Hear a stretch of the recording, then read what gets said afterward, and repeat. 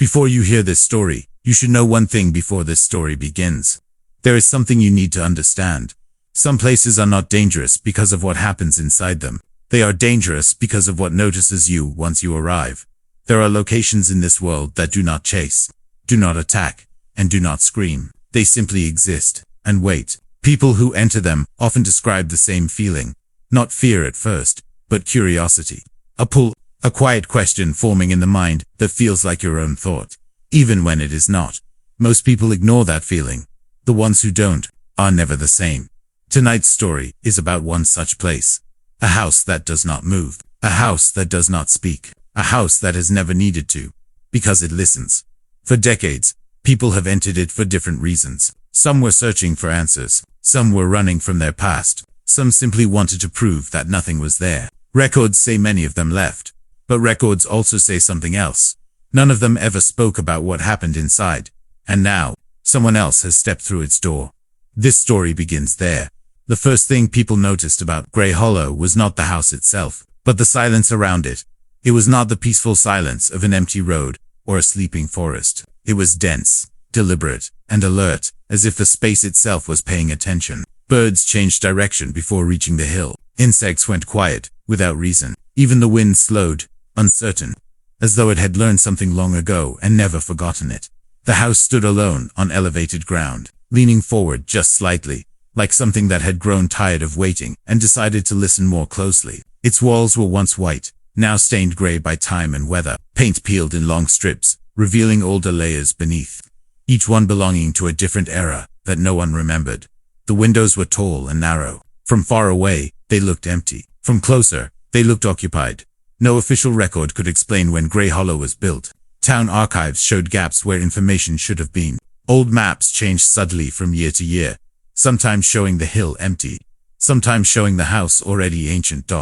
It had always been there, and yet, it had never arrived. Elias Mercer reached the property just before sunset. He was not lost. He had chosen this place.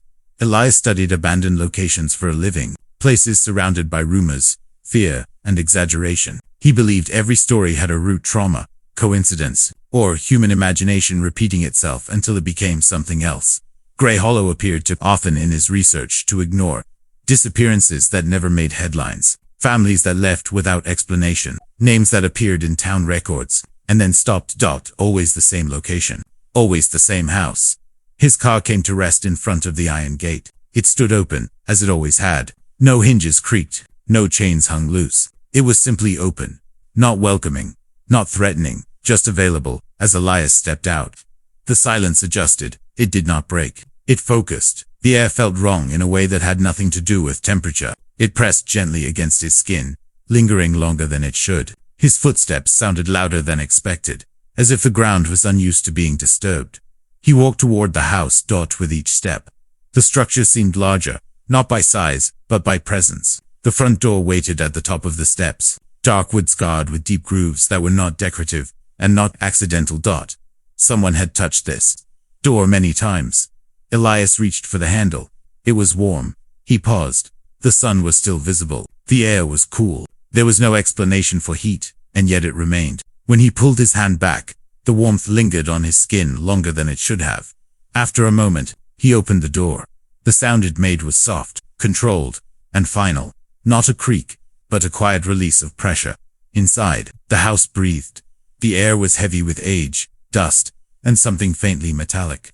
Light entered weakly through the windows, failing to reach the corners where shadows layered themselves thickly, as though they had been gathering for years. Elias stepped inside. The door closed behind him. Suddenly, not loudly, just enough to be certain. He stood still, listening at first. There was nothing. Then he noticed it. Not a sound, but a presence. A low, constant pressure, like something aware but patient. The house was not quiet. It was listening. As he moved deeper, the floor responded differently with each step. Some boards were silent. Others released soft, breath-like sounds that faded too quickly to understand.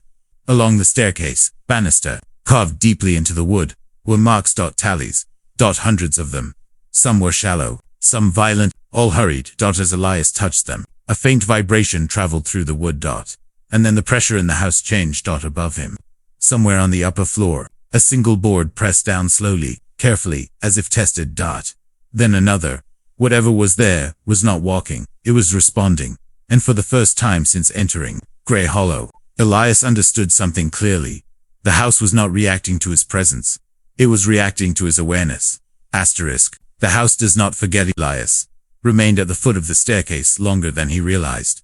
Time behaved differently inside Grey Hollow. Seconds stretched without warning, while minutes elapsed into moments. The pressure in the air stayed constant, like a held breath that never released.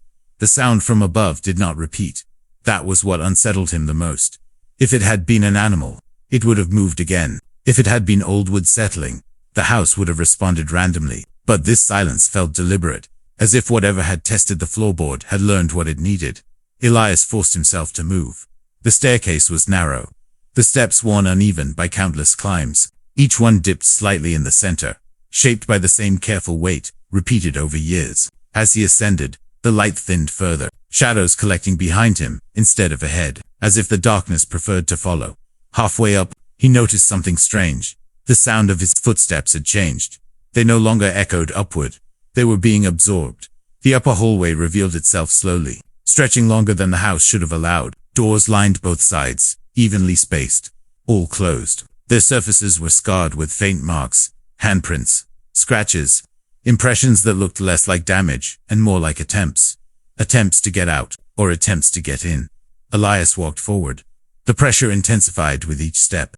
Not heavier, but closer, as though the space around him was narrowing its focus. His thoughts felt slightly delayed, like words echoing back to him, a fraction of a second after being formed.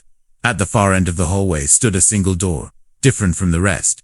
It was newer, not new, just newer than everything else around it. The wood was darker, the handle less worn. It did not belong to the house's original structure. Elias stopped several feet away from it. Instinct told him this door mattered. As he stood there, a realization surfaced, cold and unwanted. The house was not guiding him. It was watching what he chose. He turned away from the door and reached for the nearest one on the left. The handle resisted at first, then yielded with a soft click. Inside was a bedroom, or what had once been one. The room was bare, except for a single chair placed in the center. No bed, no decorations, no windows. The walls were stripped down to exposed wood, covered in thin, repeated lines carved at eye level. Words. They overlapped, crossed, and faded into each other, written by different hands. At different times, some were readable, some were not, but they all repeated the same idea in different ways. It hears you thinking, don't notice it. If you feel watched, stop. If you understand it, it understands you back. Elias backed away slowly as he stepped into the hallway again. The pressure eased slightly, as if approving. He checked another door. This one opened into what looked like a study. Shelves lined the walls, still holding books, their pages yellowed and warped by moisture. A desk sat near the corner, covered in papers, neatly stacked. Too neatly for an abandoned place. Elias picked up the top page. It was blank. So was the next, and the next. He flipped through, the stack faster. All blank. Only when he reached the bottom did he find a single line, written in dark ink. It remembers what you forget. The sound returned then. Not footsteps, not movement. A soft shift. In the walls themselves, subtle enough to be dismissed if not listened for. The house was adjusting, learning the way Elias moved, the way he paused, the way his attention lingered. A memory surfaced in his mind, one that was not his own. A woman standing in this same room, hands shaking, trying to write while the air pressed in on her. She knew she had to leave something behind, something useful. But the house had listened, and the house had erased it. Elias dropped the paper. The pressure increased sharply, as if offended. He realized then that the house did not want to be documented. It wanted to be experienced. He moved away from the study and continued down the hallway toward the newer door. With every step, the silence tightened, focusing until it felt almost physical. The door waited. When Elias reached it, he noticed there were no marks on its surface, no scratches, no handprints, nothing. No one had tried to escape through it. He opened it. The room beyond was small and windowless, lit by a single bulb hanging from the ceiling. In the center of the floor lay a notebook. Fresh. Elias picked it up. The pages were filled. Dates, names, observations, all written in his handwriting. Entries describing his arrival, his thoughts, his movements through the house. including moments he had not yet reached. The final entry stopped. Mid-sentence. It only listens until you understand why. The bulb flickered. The pressure surged on from somewhere deep within the house. Not above or below, but everywhere at once came a sensation Elias could only describe as attention. Fully realized. Grey Hollow was no longer listening quietly. It had recognized him. Asterisk. What the house keeps. Elias did not remember sitting down. One moment he was standing in the small windowless room, the notebook heavy in his hands. The next, he was seated on the floor, his back against the wall, the notebook open in his lap. The light above him no longer flickered. It was steady now. 2. Steady. He read the final line again. It only listens until you understand why. The pressure in the room did not feel hostile. It felt satisfied, as though something had been completed. Elias became aware of a subtle change in his thoughts. Not panic, not fear, but a gentle misalignment, like a memory placed slightly out of order. He tried to recall the moment he had first heard of Grey Hollow. The memory slipped, not vanished, just blurred, as if someone had smudged the edges with a careful hand. Elias closed the notebook.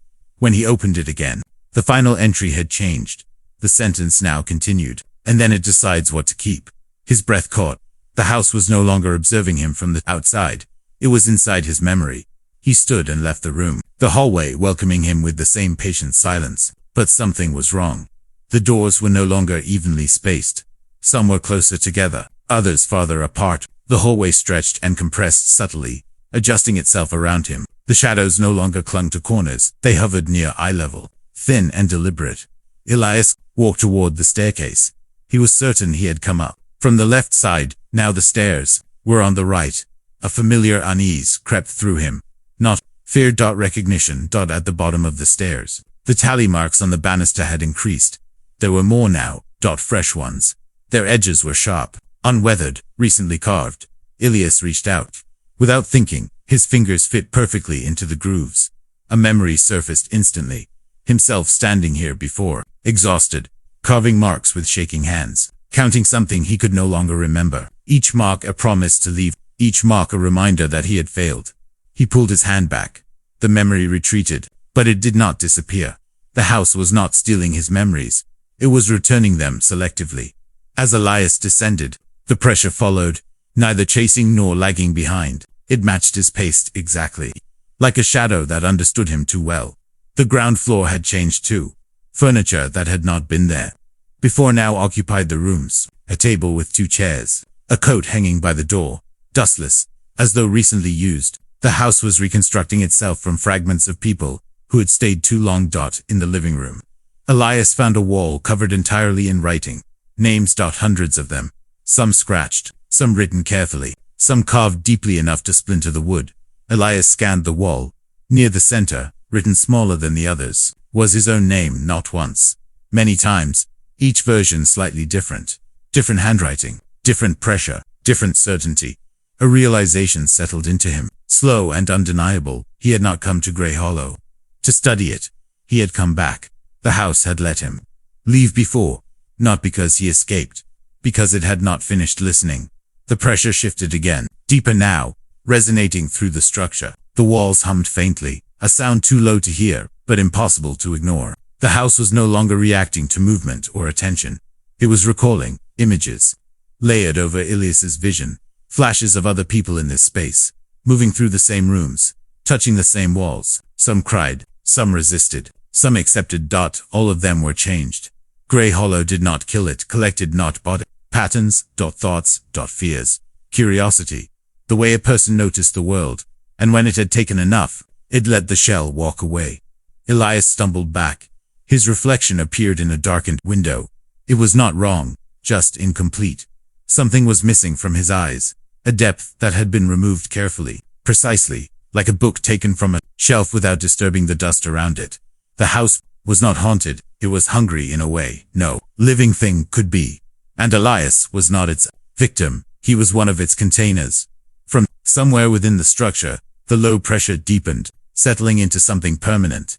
Grey Hollow was done listening now. It was deciding what to leave behind. The illusion of leaving reached the front door. Seeing it should have brought relief. It did not. The door looked exactly the same, the dark wood, the familiar scars, the warm handle, but something about it felt unfinished. like a memory recalled too quickly. The house behind him was silent, not attentive anymore, but settled, as if it already knew the outcome. Elias placed his hand on the handle. This time, it was cold. He pulled the door open. Light flooded in. Real light. The sky outside was bright, clear, impossibly normal. The hill rolled downward into open land. The gravel path waited patiently, leading away from Grey Hollow, just as it always had. Elias stepped outside. The pressure vanished instantly. Air moved freely again. Sound returned, distant wind, faint insects, the soft crunch of gravel beneath his feet. His chest loosened, breath coming easier than it had since he arrived. He did not look back. He walked faster, then faster. By the time he reached the gate, his steps had become urgent, almost desperate. He pushed through the iron bars and stepped onto the road. Only then did he stop. Something was wrong. The road stretched ahead of him, but it was empty in a way that felt incomplete. Too smooth, too untouched. Elias turned around. Grey Hollow still stood on the hill. Unchanged. Watching, he blinked hard and looked again. The house was closer now, not physically, but perceptually, as if the distance between them had been reduced without altering the space itself. Elias stepped back. The house remained the same distance away.